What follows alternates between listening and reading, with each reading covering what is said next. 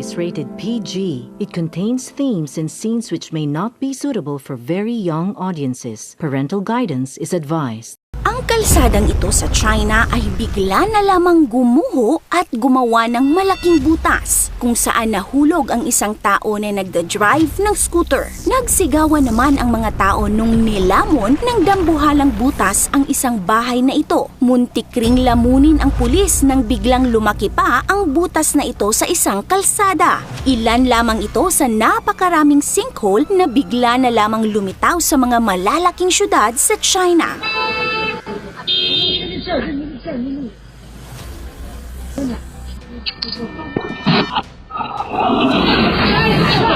Nabulabog at natakot rin ang mga residente sa isang lugar nang isang gabi ay may narinig silang napakalakas na pagsabog. Ang lupa pala ay pumutok at nabiyak kahit wala namang lindol. Ang mga building ay nabiyak din at tumagilid. Maraming residente ang lumikas at ang iba ay piniling sa kalsada na lamang matulog sa takot na baka gumuho ang gusali. Nakakalungkot isipin na ang bahay na ilang taong pinaghirapan ng mga residente sa isang iglap ay hindi na nila matirhan. Grabe din ang baha sa China. Makikitang halos umapaw na ang baha sa kinatatayuan ng tao habang inaanod ang sasakyan. At ito pa, marami ding naanod na sasakyan. Pinagtulungang hilahin naman ng mga tao ang sasakyang ito para hindi mahulog sa butas. Ang lahat ng ito ay nangyayari sa China dahil ang kanilang bansa ay lumulubog. Chinese cities are growing rapidly and with that, they're also sinking.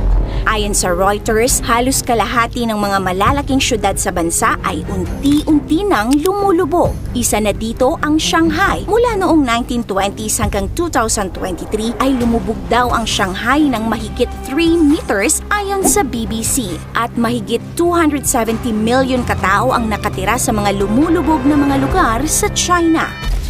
Ayon sa pag-aaral, may mga lugar sa bansa na lumulubog ng 3 millimeters kada taon kung saan nakatira ang nasa 270 million katao. Meron ding lugar na lumulubog ng mahigit 10 millimeters kada taon at nasa 67 million katao naman ang nakatira. At meron ding mga lugar na mas mabilis ang paglubog, nasa mahigit 45 millimeters kada taon. Maliit pakinggan dahil ilang millimeters lang naman ang paglubog bawat taon, pero ayon sa mga eksperto, pagdating ng 2120 ay maaaring isang quarter na ng coastal land ng China ang malulubog sa tubig at tuluyang maglalaho sa mapa. Ilan ito sa mga dahilan kung bakit unti-unting lumulubog ang China. Adik sa semento. Ayon sa US Census Bureau, sa kasalukuyan ang China ang may pinakamalaking populasyon sa mundo. Nasa mahigit 1.4 billion katao ang naninirahan dito. Sa bilis ng pagdami ng tao ay ganun din kabilis ang pagdami ng building sa China dahil sa urbanization. Ayon sa isang survey noong 2023, ang China ay meron ng halos 600 million buildings. At ang mga buildings na ito ay gawa sa concrete. At alam nyo ba, ang bansang China ang nangunguna sa may pinakamaraming napuproduce na semento sa mundo at ine-export pa nila ito. Sa katunayan, noong 2020, 2.4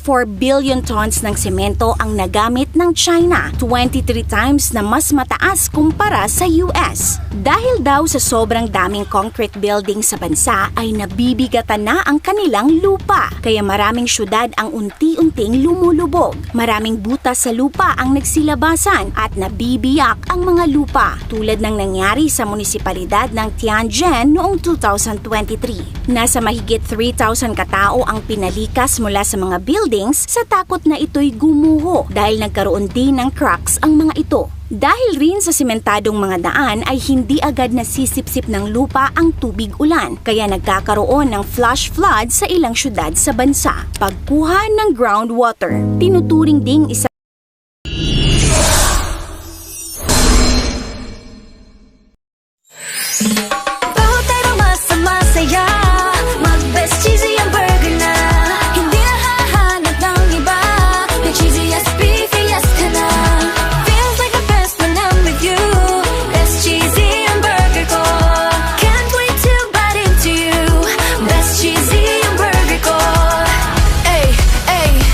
Cheesy on burger is the best.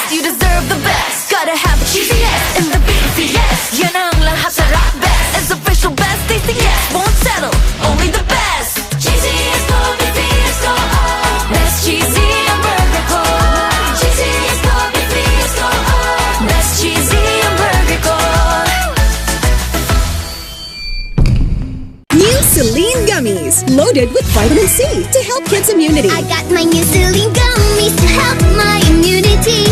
Always with me. New Celine Gummies. Try it now. Unilab yan. Mahalagang paalala, ang Celine Gummies ay hindi gamot at hindi dapat gamitin panggamot sa anumang uri ng sakit.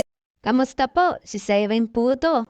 Kung kailan napagod ako sa trabaho, kakabasa ng script o sa prompter man, at kahit ako'y pagod pa rin, sisigla pa rin ako sa tulong ng Dreamers Cola. Ang Dreamers Cola ay may iron, taurine at B vitamins.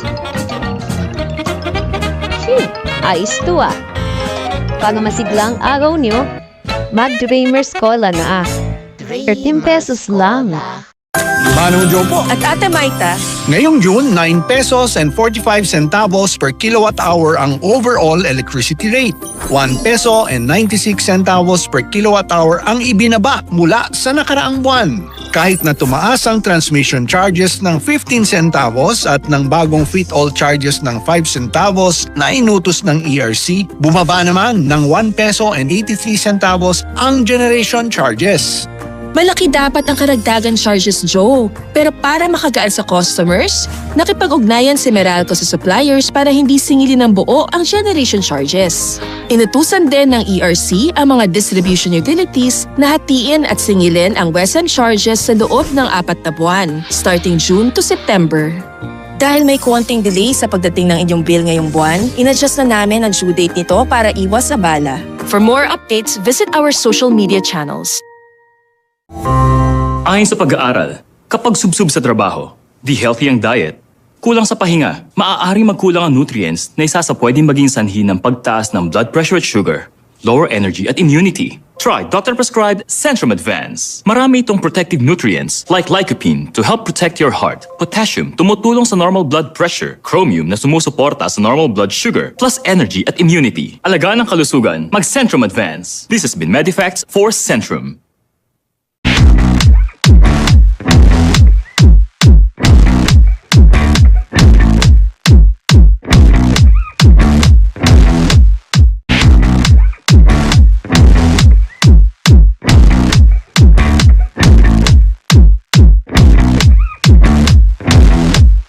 Real fun, real flames, real flavors. Craving something real? We serve it. Burger King Whopper, serving flame-grilled realness. Order now. Tinuturing ding isa sa mga dahilan kung bakit lumulubog ang China ay dahil sa overground water abstraction o labis na pagkuha ng tubig sa ilalim ng lupa. Ang groundwater o tubig sa mga aquifers ay nagbibigay ng hydraulic support sa mga bato at lupa sa ibabaw. At kung maraming tubig ang naaalis ay lulubog o guguho ang lupa. At dahil nga malaki ang kanilang populasyon, ay aasahan talagang maraming tao rin ang kukuha at gagamit ng tubig sa ilalim ng lupa. Kaya naman may mga proyekto ang Chinese government para makontrol ang groundwater pumping. Sa Shanghai at kalapit na bahagi nito ay nililimitahan na ang pagkuha ng groundwater. Sa mga ilog na din kumukuha ng tubig tulad ng Yangtze River. At ayon nga sa pag-aaral, dahil sa proyekto ay napipigilan ang paglubog ng lupa sa Beijing. Kung nagustuhan nyo ang content natin today, mag-comment ng yes. This is your Ate O from Our Republic. Hanggang sa muli and stay awesome!